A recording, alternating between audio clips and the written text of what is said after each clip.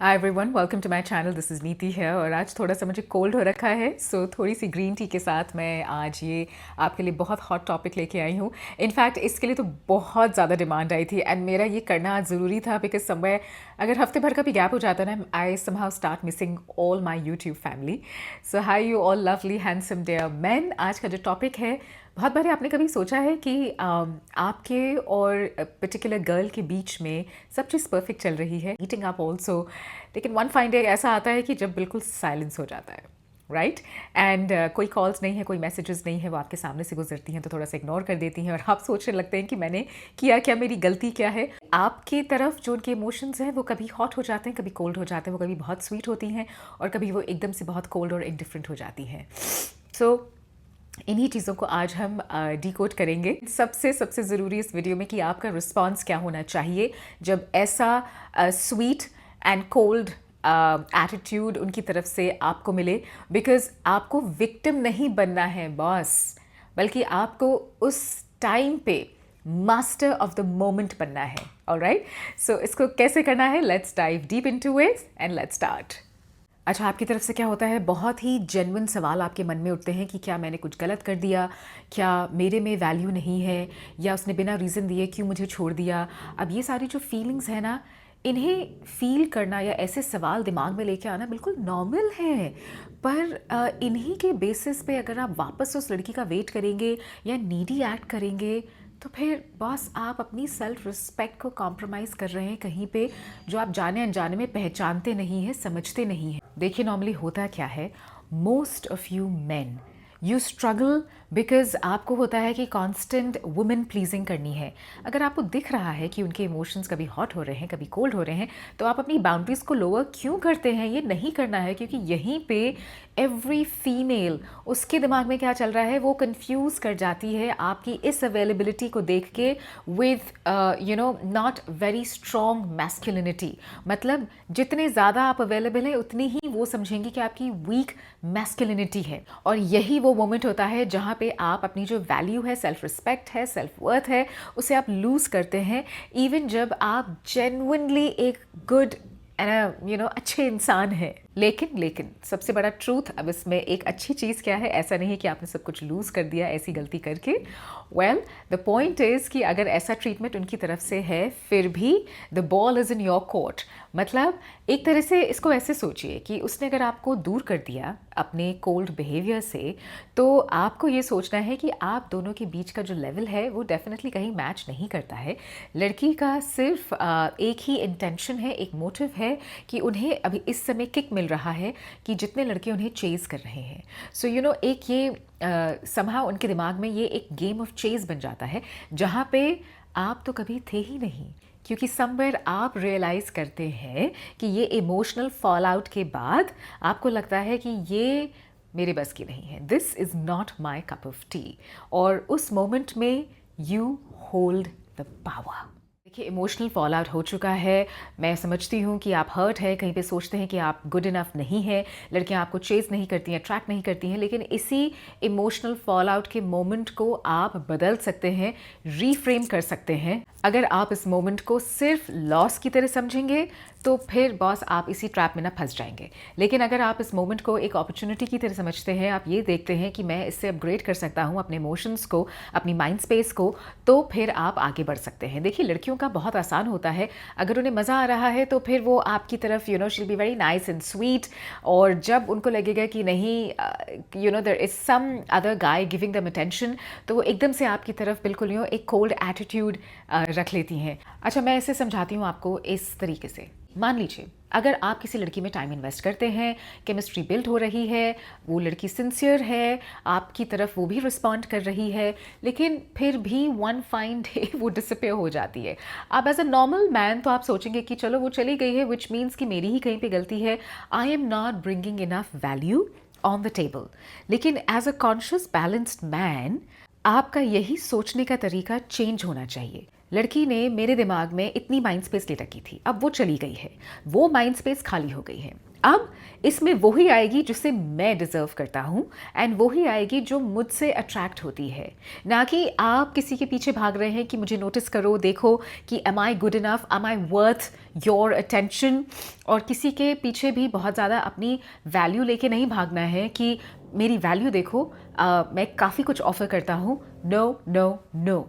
अगर आप इसी माइंडसेट को रीफ्रेम करेंगे तो फिर आप वैसी ही लड़कियों को अट्रैक्ट भी करेंगे। So you have to understand कि अगर वो कोल्ड ट्रीटमेंट दे रही है somewhere psychologically in her mind, she has finally moved on, लेकिन वो इतने क्लियर वर्ड्स में आपको नहीं कह रही है। And I am telling you कि ये बहुत हार्श साउंड करता है, ये आपको कोई भी बताए, मैं भी अगर बोल रही हूँ तो रियलिटी यही होती है कि यू विल फील बैड, लेकिन you don't have to wait for the girl any more, क्योंकि वो कभी आएंगी कभी जाएंगी, लेकिन वो अपने सेल्फिश रीजंस के लिए कर रही हैं। Why are you lowering your boundary, और आप अपनी वैल्यू को इसमें क्यों खो रहे हैं? सो आगे मूव करते हैं सोल्यूशन मोड पे कि आपको जो इमोशनल रोड मैप अपनाना है, या आपको ऐसी सिचुएशन में क्या करना है। देखिए, अब आपका इमोशनल रोड मैप क्या होना चाहिए, स्पेशली जब आपको पता है कि लड़की अपने इमोशंस को लेके, आपके इमोशंस को लेके फॉर दैट मैटर, कभी हॉट हो रही है कभी कोल्ड हो रही है। So you have to detach with dignity. अगर लड़की की तरफ से कम्युनिकेशन बंद है सो आप चेज नहीं करेंगे, अवेलेबिलिटी को आप रिड्यूस करेंगे और अपनी वैल्यू को ना बस एम्पलीफाई कीजिए। ओके, आप साइलेंट हो जाइए। मतलब मैं ये नहीं कह रही कि यू आर साइलेंट बिकॉज आप नाराज़ हैं, आप एंग्री हैं, लेकिन उस समय जो आपके दिमाग में थॉट्स आ रही हैं, फीलिंग्स आ रही हैं, अपने इमोशंस को अलाइन कीजिए, देखिए, सोचिए, उन्हें ऑब्जर्व कीजिए, आने दीजिए। बिकॉज एक चीज़ मेरी हमेशा याद रखेगा, ध्यान से सुनिए, walking away is training your brain to know that your self worth is more. आप जितना उस सिचुएशन से पीछे हट जाएंगे उतना अपने ब्रेन को आप ट्रेन कर रहे हैं, ये बता रहे हैं कि मेरी सेल्फ वर्थ ज़्यादा है। ओके, स्टेप नंबर 2, इस इमोशनल रोड मैप को आप कहीं लिख लीजिए और you can repeat the video again. Step number 2 है री इन्वेस्ट इन योर ग्रोथ। सो इसका मतलब ये होता है कि वापस से एक्सरसाइज, जिम है, कोई अगर स्किल अपना अपग्रेड करना है आपको, कोई पैशन प्रोजेक्ट है जो आपको पिकअप करना है, कोई भी, मतलब रीडिंग हो सकता है, मैं अपने वॉइस ओवर क्लासेस शुरू करने वाली हूँ ऑनलाइन में भी, आप उसका भी हिस्सा बन सकते हैं। जो भी चीज़ आपको प्रोफेशनली या इन जनरल आपके माइंड को शॉर्पन करे, आप कोई भी चीज़ को बहुत पैशनेटली फॉलो कर सकते हैं। एंड दैट इज़ व्हेन ये जो डिस्ट्रैक्शन है ना, ये क्रिएट होता है। आप उनके बारे में कम सोचेंगे, आप अपने लिए अपने पोटेंशियल को अपग्रेड करेंगे और आप कोई नई लाइफ स्किल को सीख रहे हैं। And that is the best thing you can do, क्योंकि जब आप ग्रो करते हैं ना तो आपकी जो सेल्फ वैल्यू है, सेल्फ रिस्पेक्ट है, वो भी ग्रो होती है। और सेल्फ वैल्यू अगर आपकी अच्छी है तो वैल्यू अट्रैक्ट्स वैल्यू, मतलब आपकी अच्छी सेल्फ वैल्यू सामने वाले की अच्छी सेल्फ वैल्यू को ही अट्रैक्ट करेगी। So in that case you will find a girl who matches your wavelength. Okay, step number 3 है कि you communicate only with strength. इसका मतलब क्या होता है कि अगर आपको बात करनी है तो प्लीज़ लड़की को कभी आप ये बोलेंगे नहीं कि बेबी प्लीज़ कम बैक, या क्या रीज़न है, चलो बात कर लेते हैं। देखिए, अगर आप ये एटीट्यूड उनकी तरफ से बहुत टाइम से देख रहे हैं कि इमोशनली वो आपकी तरफ कभी बहुत स्वीट हो रही हैं, फिर कभी पुल बैक कर रही हैं, तो आप एटलीस्ट ये तो बोल सकते हैं कि I have clarity about what I want. और अगर आप तैयार हो तो ठीक है, cool, if not then thanks for the space.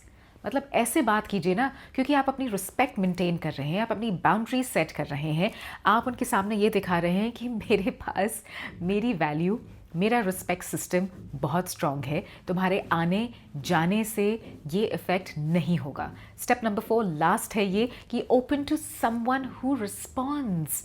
देखिए, किसी भी लड़की का आना जाना, रिस्पॉन्ड करना, नहीं करना, इसका मतलब ये नहीं होता है कि आप में वैल्यू नहीं है या आप कुछ अच्छा डिज़र्व नहीं करते हैं। ऑफ कोर्स करते हैं। ये वो सिग्नल होता है कि आप तैयार हो जाइए नेक्स्ट लेवल पे मूव करने के लिए। बेसिकली मूव ऑन, नए कनेक्शंस बनाइए, नए कनेक्शंस ढूंढिए उन लड़कियों के साथ जो आप में इंटरेस्ट दिखाती हैं, जो रिस्पॉन्ड करती हैं। एक म्यूचुअल एडमिरेशन है, तभी तो अच्छे से अलाइनमेंट बैठेगा, राइट? इन शॉर्ट, आपको चेजिंग से हटके अट्रैक्टिंग पे ज़्यादा ध्यान देना है। आपको रिएक्टिव नहीं बनना, आपको सिलेक्टिव बनना है। रिएक्टिव मतलब हर छोटी चीज़ में रिएक्ट कर देना कि ये ऐसे क्यों हुआ, वैसे क्यों हुआ, नाराज़ हो जाना या अपने पे सेल्फ डाउट ले आना। सो नो, रिएक्टिव नहीं, सिलेक्टिव मतलब आपका सिलेक्शन प्रोसेस अच्छा होना चाहिए in terms of girls. And of course आपका जो ये वांटिंग नेचर है ना, इससे हट जाइए एंड स्टार्ट वैल्यूइंग अपनी सेल्फ रिस्पेक्ट, अपनी सेल्फ वर्थ। सेल्फ लव बढ़ाइए बॉस, आप किसी से कम नहीं है। So your integrity matters a lot. So I hope कहीं ये वीडियो आपको हेल्प करेगा। लड़कियों का माइंडसेट और कैसे आगे डीकोड करेंगे, एक नेक्स्ट वीडियो मेरा बहुत ही अमेजिंग वाला आ रहा है, सो डू वॉच आउट। लेकिन इस पर्टिकुलर वीडियो पे आपको कैसे काम करना है, अगर कोई भी लड़की आपको इस पर्टिकुलर जोन में डालती है, हॉट कोल्ड जोन में, एंड आप कंफ्यूज हो जाते हैं, सो प्लीज़ अंडर वैल्यू अपने को कभी मत कीजिए। Men's mental well being is my channel all about. इस कम्युनिटी को और बढ़ाते हैं। सो इन वीडियोस को आप लाइक कीजिए, शेयर कीजिए, and of course do subscribe to my channel. And मेरे 1-on-1 सेशंस में भी ज़रूर से आइए, जहाँ पे हैंड होल्डिंग होती है आपकी रिलेशनशिप को लेके। आपके अगर कोई प्रॉब्लम है, कंसर्न्स हैं, आपको अगर अपने को अपग्रेड करना है, कम्युनिकेशन, वॉइस वर्क है, या फिर कैसे बोलना है, करिज्मेटिक कैसे बनना है, ऑल दोज थिंग्स। सो आप मुझे मैसेज कर सकते हैं इंस्टाग्राम पे, वहीं पे इंस्टाग्राम के लिंक में ही 101 सेशन की रजिस्ट्रेशन फॉर्म का लिंक भी है। So you can go ahead and check it out, and I am gonna see you soon. Tata.